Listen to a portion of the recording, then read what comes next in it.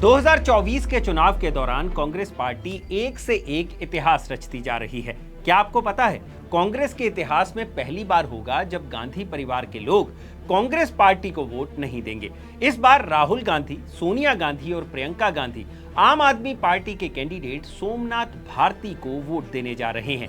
ऐसा इसलिए क्योंकि इस बार कांग्रेस इंडिया ब्लॉक के तहत चुनाव लड़ रही है, जिसके चलते नई दिल्ली लोकसभा सीट आम आदमी पार्टी के खाते में आई है। एक तरफ एनडीए है जिसमें 50 के करीब अलायंस के साथ भारतीय जनता पार्टी मैदान में है, तो वहीं दूसरी तरफ इंडिया ब्लॉक है जिसमें आम आदमी पार्टी से लेकर लालू प्रसाद यादव की आरजेडी को मिलाकर 25 पार्टियों के साथ कांग्रेस पीएम नरेंद्र मोदी और भाजपा से लोहा लेने की तैयारी में है। लेकिन इंडिया ब्लॉक के साथ चुनाव लड़कर कांग्रेस ने एक और रिकॉर्ड बना दिया है। आजादी के बाद कांग्रेस पहली बार 400 से कम सीटों पर चुनाव लड़ने जा रही है। इंडिया ब्लॉक के साथ चुनाव लड़ते हुए कांग्रेस 2019 के मुकाबले इस बार 93 कम सीटों पर चुनाव लड़ेगी, यानी कांग्रेस ने अपने हिस्से की सीटें गठबंधन के साथियों के लिए छोड़ दी हैं।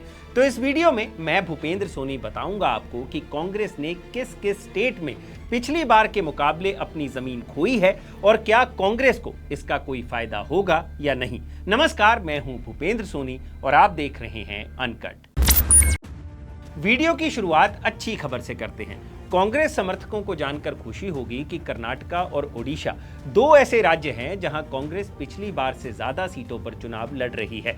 कर्नाटका में 2019 में कांग्रेस ने जहां कर्नाटका की सिर्फ 21 सीटों पर ही चुनाव लड़ा था, वहीं इस बार पार्टी ने 28 सीटों पर अपने कैंडिडेट उतारे हैं। ओडिशा की बात करें तो 2019 में कांग्रेस जहां 18 सीटों पर चुनाव लड़ रही थी, वहीं इस बार 20 सीटों पर पार्टी मैदान में है। अब आते हैं उस आंकड़े पर जो कांग्रेस समर्थकों को शायद रास ना आए। 2024 के लोकसभा चुनाव में कांग्रेस महज 328 सीटों पर ही चुनाव लड़ रही है। वैसे तो ये आंकड़ा 330 था, लेकिन इनमें से सूरत में कांग्रेस कैंडिडेट का नॉमिनेशन रिजेक्ट हो गया और इंदौर में कांग्रेस कैंडिडेट ने अपना नामांकन ही वापस ले लिया। और एक सीट तो ऐसी है जहां कांग्रेस अपने ही कैंडिडेट के खिलाफ प्रचार कर रही है। अब लगे हाथ पिछले 4 चुनावों के आंकड़ों पर भी नजर मार लेते हैं कि कब कब कांग्रेस ने कितनी सीटों पर चुनाव लड़ा। 2004 में कांग्रेस यूपीए का पार्ट थी और उस वक्त 543 में से कांग्रेस ने 417 लोकसभा सीटों पर चुनाव लड़ा था। 2009 में 440 सीट, 2014 में 464 और 2019 में 421 सीटों पर चुनाव लड़ा। और इस बार की बात करें तो 12 राज्य ऐसे हैं जहां कांग्रेस पिछली बार के मुकाबले कम सीटों पर चुनाव लड़ रही है। इनमें से सबसे बड़ा राज्य है उत्तर प्रदेश। कांग्रेस अखिलेश यादव की समाजवादी पार्टी के साथ मिलकर चुनाव लड़ रही है, जिसके चलते इस बार कांग्रेस ने 80 में से सिर्फ 17 सीटों पर ही अपने कैंडिडेट उतारे हैं, जबकि 2019 में कांग्रेस ने 67 सीटों पर चुनाव लड़ा था। उस वक्त कांग्रेस भाजपा के साथ साथ एसपी बीएसपी अलायंस के खिलाफ लड़ रही थी, जिसमें कांग्रेस के खाते में सिर्फ एक सीट ही आई थी और वो सीट थी सोनिया गांधी की रायबरेली सीट, जहां से राहुल गांधी इस बार चुनावी मैदान में है। दूसरा बड़ा राज्य है वेस्ट बंगाल, जहां पिछली बार के मुकाबले कांग्रेस की 26 सीटें कम हुई है। 2019 में कांग्रेस ने 42 में से 40 सीटों पर चुनाव लड़ा था। वहीं इस बार कांग्रेस लेफ्ट पार्टीज के साथ गठबंधन में है, जिसके चलते सिर्फ 14 सीटों पर ही कांग्रेस ने अपने कैंडिडेट उतारे हैं। तीसरा बड़ा राज्य है महाराष्ट्र, जहां कांग्रेस ने 2019 का चुनाव शरद पवार की पार्टी एनसीपी के साथ मिलकर लड़ा था और उस चुनाव में कांग्रेस ने महाराष्ट्र की 48 में से 25 लोकसभा सीटों पर ही अपने कैंडिडेट उतारे थे। लेकिन इस बार मामला अलग है, क्योंकि एनसीपी के साथ उद्धव ठाकरे भी अलायंस पार्टनर है और उनकी पार्टी के साथ भी सीटों का बंटवारा हुआ है, जिसके चलते कांग्रेस सिर्फ 17 सीटों पर ही चुनाव लड़ रही है। इनके अलावा 9 स्टेट्स ऐसी हैं जहां कांग्रेस ने मजबूत स्थिति में होने के बावजूद भी 1 या 2 सीटें इंडिया ब्लॉक के लिए छोड़ी हैं। हरियाणा में कांग्रेस ने आम आदमी पार्टी के लिए 1 सीट छोड़ी है और गुजरात में आप को 2 सीटें दी हैं और आंध्र प्रदेश में सीपीएम और सीपीआई के लिए 2 सीटें छोड़ी हैं। आसाम में भी कांग्रेस ने आसाम जातीय परिषद के लिए डिब्रूगढ़ की सीट छोड़ दी है। मध्य प्रदेश की बात करें तो वहां भी कांग्रेस ने समाजवादी पार्टी की झोली में खजुराहो की सीट डाल दी थी, लेकिन एसपी के कैंडिडेट का नॉमिनेशन रिजेक्ट होने के बाद ऑल इंडिया फॉरवर्ड ब्लॉक ने वहां से अपना उम्मीदवार उतारा है, जिसे समाजवादी पार्टी का भी समर्थन मिल रहा है।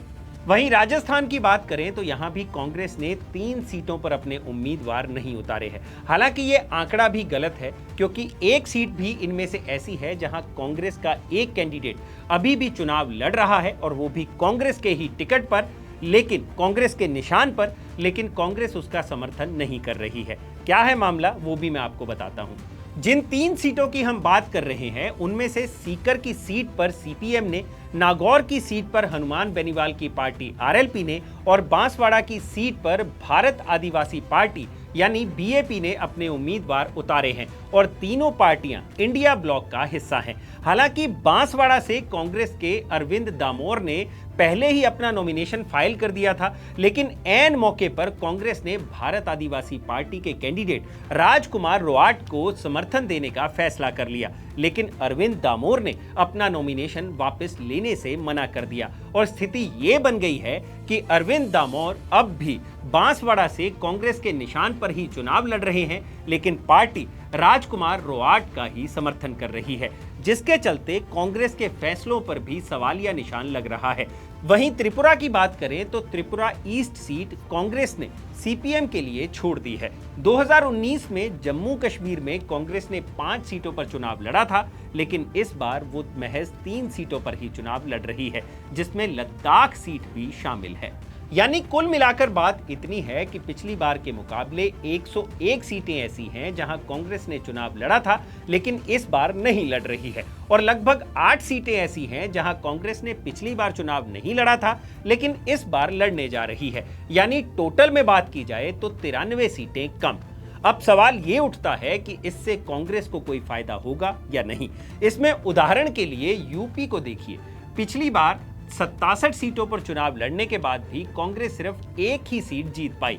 वहीं पश्चिम बंगाल में 40 सीटों पर चुनाव लड़ने के बाद भी कांग्रेस के खाते में सिर्फ एक अधीर रंजन चौधरी की ही सीट आई। मध्य प्रदेश और राजस्थान में तो कांग्रेस का खाता भी नहीं खुला, जहां कांग्रेस सभी सीटों पर चुनाव लड़ रही थी। ऐसे में राजनीतिक जानकारों का मानना है कि कांग्रेस ने कम सीटों पर चुनाव लड़कर कोई गलती नहीं की है, क्योंकि उसके पास पहले ही खोने के लिए कुछ नहीं बचा है। लेकिन अगर इंडिया ब्लॉक का दांव सही बैठता है तो कांग्रेस के पास पाने के लिए बहुत कुछ है। लेकिन वहीं दूसरी तरफ कुछ जानकारों का यह भी कहना है कि ऊपरी स्तर पर तो नेता एक होकर चुनाव लड़ लेते हैं, लेकिन जमीन पर कार्यकर्ताओं में वो एकता नहीं दिखती, जिसके चलते पार्टियां एक साथ लड़कर भी चुनाव हार जाती हैं। क्योंकि कांग्रेस इंडिया ब्लॉक में कई ऐसी पार्टियों के साथ मिलकर चुनाव लड़ रही है जिनके साथ उनके वैचारिक मतभेद रहे हैं, फिर चाहे वो उद्धव ठाकरे की शिवसेना हो या फिर लेफ्ट पार्टियां। ऐसे में अगर इस बार भी भाजपा बड़े अंतर से चुनाव जीतती है तो कांग्रेस के लिए संगठन के तौर पर ये एक करारी शिकस्त होगी, जिससे उबरना कांग्रेस पार्टी के लिए मुश्किल होगा। तो ये है कांग्रेस की इस बार की चुनावी रणनीति का पूरा गणित। अगर आपको ये वीडियो पसंद आया हो तो इसे लाइक और शेयर जरूर करें, और जानकारी से भरे ऐसे ही और वीडियोस देखने के लिए सब्सक्राइब करें हमारा चैनल अनकट। शुक्रिया।